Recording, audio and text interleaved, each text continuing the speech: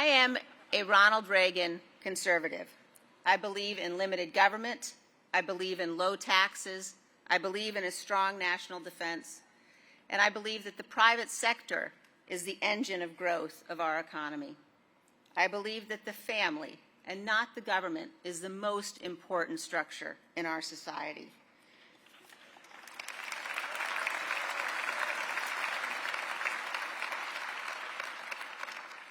I know that our security and our freedom depend upon a world in which America, with our allies, leads. And above all else, I know that the most conservative of conservative values is fidelity to our Constitution.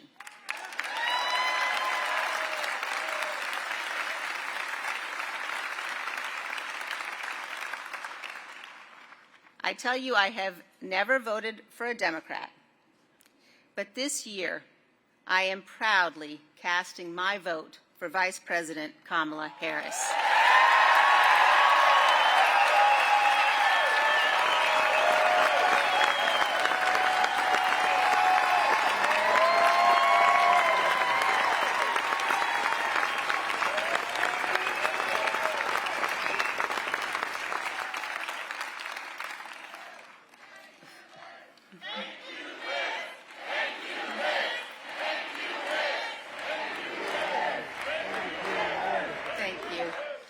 But mostly we're not going back.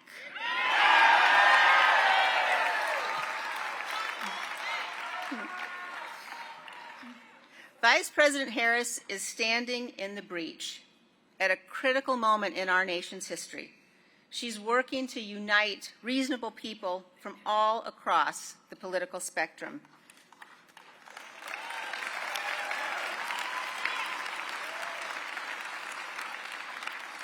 Vice President Harris has dedicated her life to public service.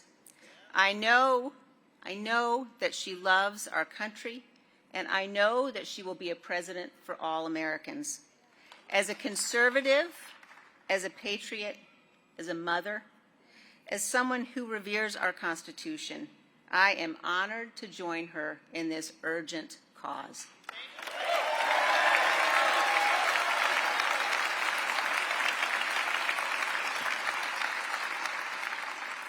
As we meet here today, our republic faces a threat unlike any we have faced before.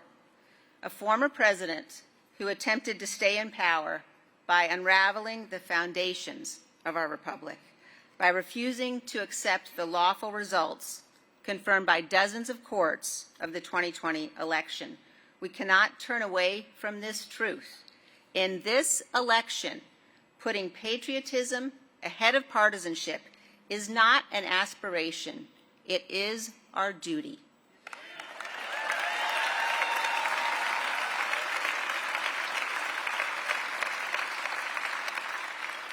At the very heart of our survival as a republic is the peaceful transition of power.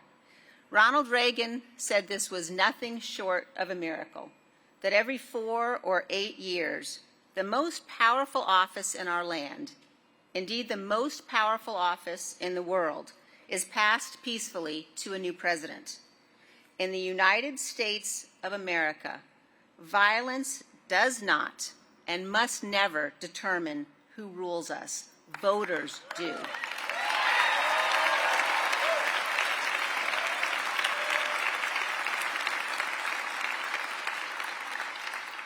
And in this country, under our Constitution, our president has a particular solemn obligation to ensure and guarantee the peaceful transfer of power. Since the beginning of the Republic, every president in our history has fulfilled that duty. Every president until Donald Trump. When Donald Trump woke up on the morning of January 6, 2021, his intention, despite having lost the election, was that he would remain president. Rather than accept his loss and concede defeat, he had spent months overseeing a multi-part plan to attempt to seize power and remain in office. He ignored the rulings of the courts, He corruptly pressured state legislatures, including here in Wisconsin, to overturn the results of their elections. He told the Justice Department to lie for him. He conspired to have fake electoral votes cast, and he corruptly pressured his vice president to take illegal and unconstitutional actions. He summoned a mob to Washington, D.C. with his lies, and he sent the armed mob to the United States Capitol in an effort to stop the counting of electoral votes. As the violent mob attacked our Capitol, in Donald Trump's name, as they brutally beat law enforcement officers, as they hunted the Vice President and the Speaker of the House, Donald Trump watched the attack on television for hours,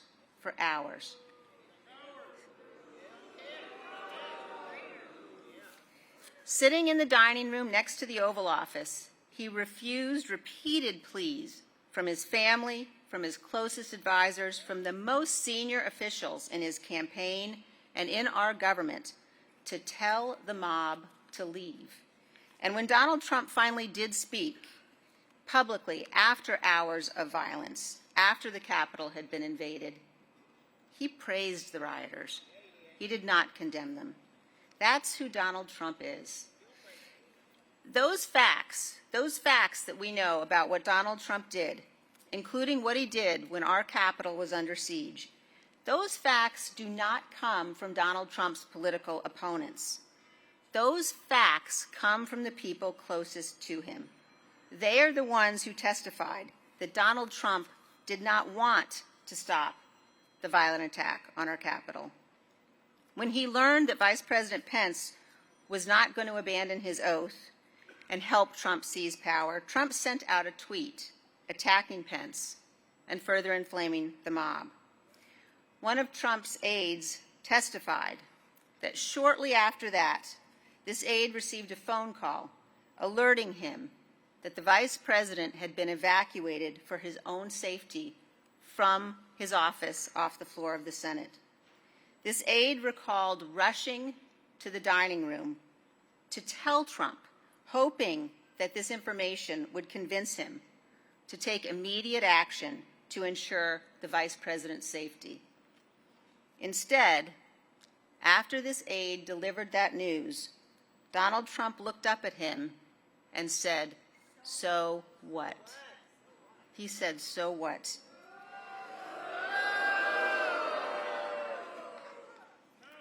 It is Donald Trump's closest aides who also told us this.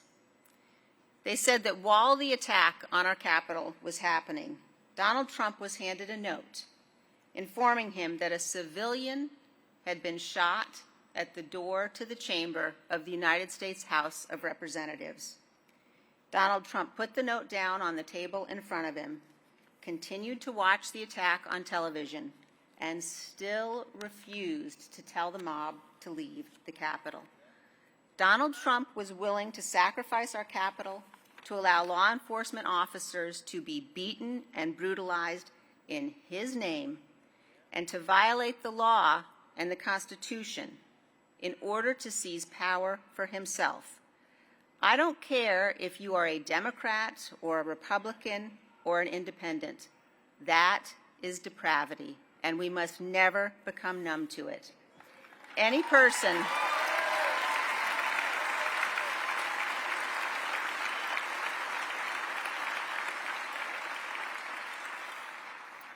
person who would do these things can never be trusted with power again.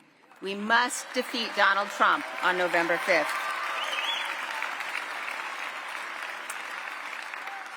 In that election 20 years ago, when we were campaigning in Wisconsin and all across the country, we were campaigning as compassionate conservatives. What January 6th shows us is that there is not an ounce of compassion in Donald Trump. He is petty, he is vindictive, and he is cruel. And Donald Trump is not fit to lead this good and great nation.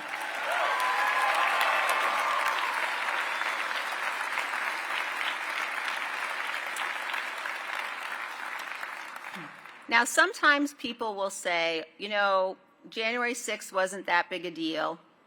In a time when I have heard many pretty stunning things from Republicans, one of the most stunning was yesterday from your former governor, Scott Walker, who said basically, people are over January 6th.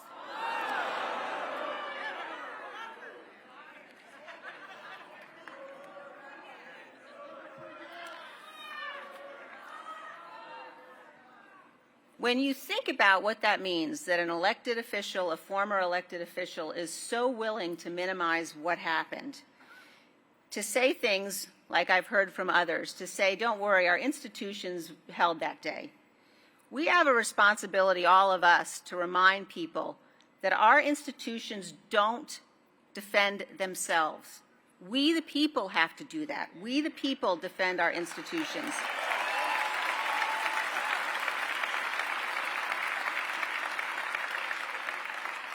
And our institutions held on January 6th because there were brave men and women, including elected officials at every level of our government, who did their duty, who stood up for what was right, who resisted Donald Trump's efforts to pressure them to violate their oaths.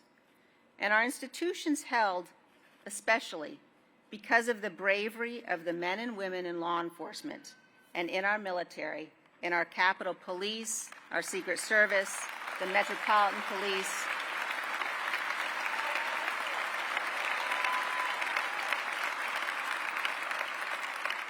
They are the ones who defended our Capitol, our democracy, and our lives.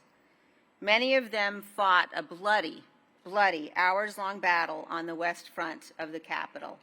Go watch the video of that battle. It is sickening. They're the ones who held the line and prevented far worse from happening that day. They are the true profiles in courage. Do not let anyone lie about what happened and what they did.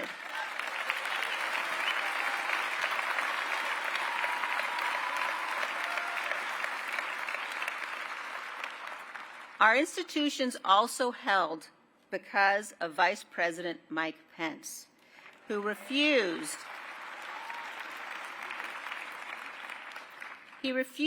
to violate his oath to the Constitution. And that is why Mike Pence is not Donald Trump's running mate today. Instead, J.D. Vance is on the ticket. Vance has said, that's true. Vance has said repeatedly that he would have done what Donald Trump wanted, that he would have rejected electoral votes. He would have thrown out the votes of the people of Wisconsin because he didn't like the way that you voted. That is tyranny, and that is disqualifying.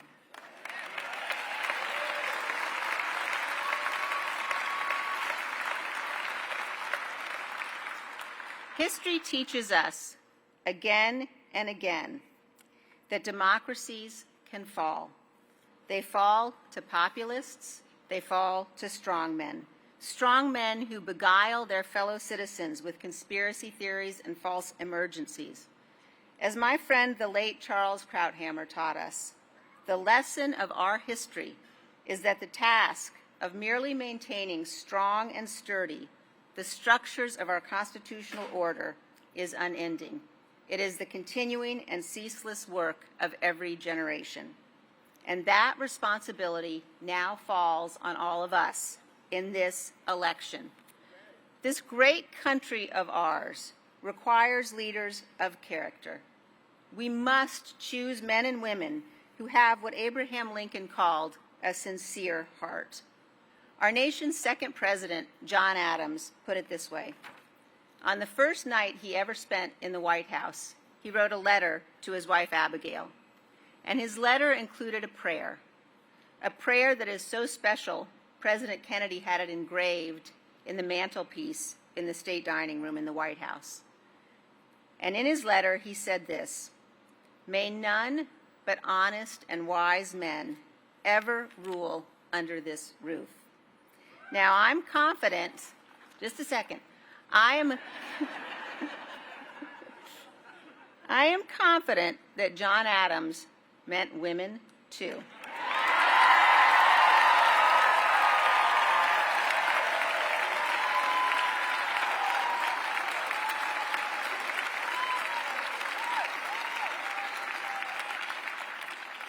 In this election, a broad coalition has come together to support Vice President Kamala Harris.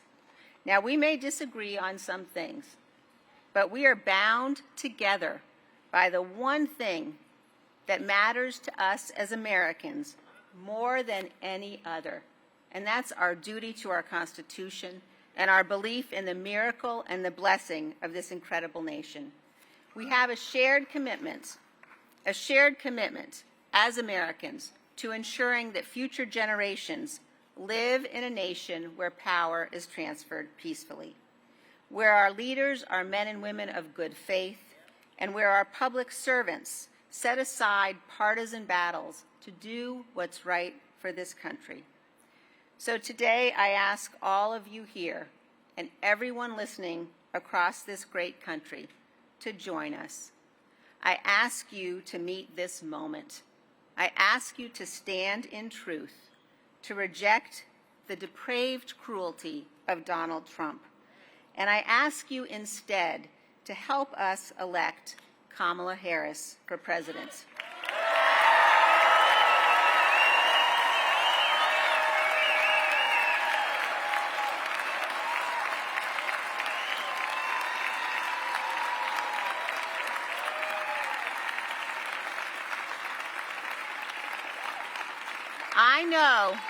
I know that President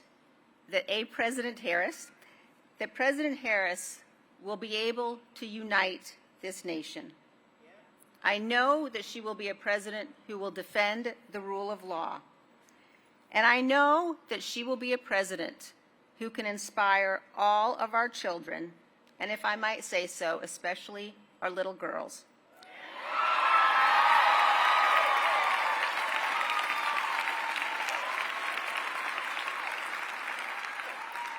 to do great things. Aisha, look, this is an important moment. You had Liz Cheney with this introduction, formally with her endorsement of Harris, appearing together at a county that was the birthplace of the Republican Party, setting up the vice president to give a 20-minute address for the nation to hear. How impactful is what we just heard from Cheney with that full-throated endorsement, reaching out to Republicans, to moderates? Listen, Aaron, when she categorized Donald Trump as being someone who has depraved cruelty, that's the language that she used, depraved cruelty, I got chills. I think it's very impactful to hear her who, let's be clear, she is not a progressive Republican by any stretch of the imagination. This is someone who probably fundamentally disagrees with the Biden agenda and certainly with many of the things that Harris is proposing that she would do when she becomes president. But at the core of it is really this question that we have right now before us about what America we want to be. Are we going to be an America that lifts up people who are cruel and who do harm and who do not reflect the character that we deserve to be led by? Or are we going to come together despite our differences to put someone in place who's actually going to carry on the American ideal and preserve our democracy? Okay. So I think that was powerful. And Mark, that's the argument, of course, that Liz Cheney's making, that Harris is making, that this is about democracy. In fact, Liz Cheney said, Mark, just a moment ago, that she has never voted for a Democrat before. Just to make it clear, that would mean she didn't vote for Joe Biden. But she will vote for Harris. So, Mark, my question to you is, we all knew where Liz Cheney stood before this, but now we saw her stand there with Harris, and that is perhaps a distinction that makes a difference. Are you concerned that Liz Cheney gives any anti-Trump Republican voters the permission and perhaps the inspiration to vote for Harris? No, because I think if they're still anti-Trump at this point, they've already made up their mind. Look. I think if you're still undecided, if you're in that 3 to 4%, whatever the number is, it's probably because you're waiting for Kamala Harris to answer the question on your mind, the number one issue on your mind. And if it's like most Americans, it's how are you going to lower gas and grocery prices? How are you going to seal the border? How are you going to deal with the war that's raging in the Middle East? And she can't answer any of those questions. She hasn't. And that's why you're probably still undecided. And at the heart of the matter, things were more affordable, border was more secure, world was safer when we had Donald Trump. Liz Cheney can't change that. Well, I mean, Mark, though, but I'm wondering, what about the people who say they can't stand Trump's character? They're not sure if they can go that way, right? But they don't like Harris's policies, and they don't want to go that way either. People who perhaps, don't feel about democracy the way that Liz Cheney does, but maybe they feel about policy the way Liz Cheney does. Does this open that door?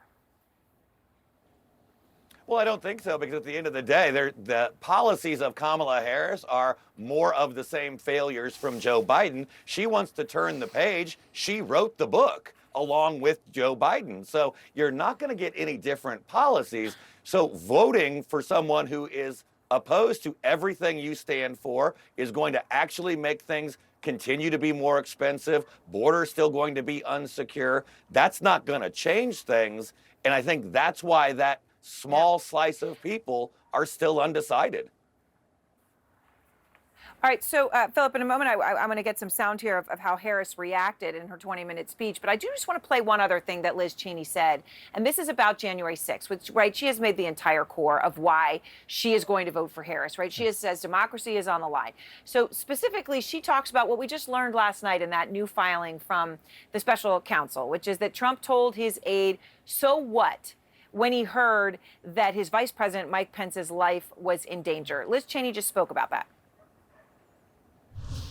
I don't care if you are a Democrat or a Republican or an independent. That is depravity, and we must never become numb to it. Any person who would do these things can never be trusted with power again. We must defeat Donald Trump on November 5th. Philip, are there any people that haven't long ago made up their mind for whom that January 6th democracy argument will now resonate?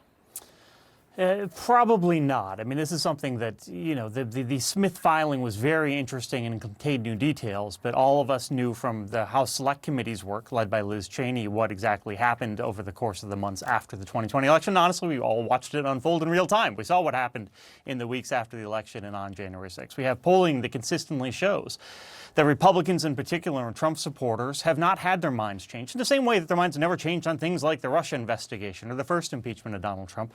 They have stuck by Donald Trump and are not wavering. But this is an election in which we're going to be looking at 7 states, probably 6 or 7 states, that have very, very close margins. And so I think the intent of this is not to try and peel away hardcore Trump voters. That's not why Liz Cheney is standing with Kamala Harris. It is instead to either have people who are sort of indifferent to Donald Trump, don't love him, don't love Harris, give them either permission to potentially cast a vote for Harris or just stay home and feel I can't go out and vote for that person, which is almost as good as a vote for Kamala Harris. So Harris also took on this issue. I mean, it's core to Liz Cheney. They're appearing together. So that's part of what this platform in this moment was about in that speech. But she did also talk about Trump and January 6th in a very direct way. Here she is. Therein lies the profound difference between Donald Trump and me. He, who violated the oath to uphold the Constitution of the United States of America. And make no mistake, he who, if given the chance, would violate it again. Anyone who has called for, I quote, termination of the Constitution of the United States, as Donald Trump has, must never again stand behind the seal of the President of the United States. Never again.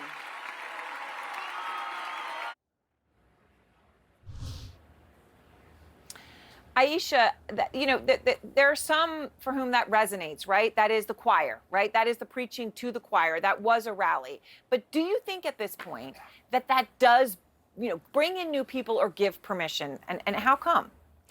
Well, as I watch this, one of the things that jump out at me is not so much as what's being said, but what's being seen. In this image where you have Liz Cheney standing there right behind Kamala Harris. And what that looks like to me is two strong and powerful women who are done with the patriarchy, who are done with the cat lady memes, who are done with the meanness and the nastiness. And if anything, I am sitting there watching them united as women that are more than 50% of this population. Remember, 57% of women fired Donald Trump and rejected him in the 2020 election. So to have the two of them standing there, even though they're ideologically not necessarily the same, I think sends more of a powerful image than anything that either of them could say.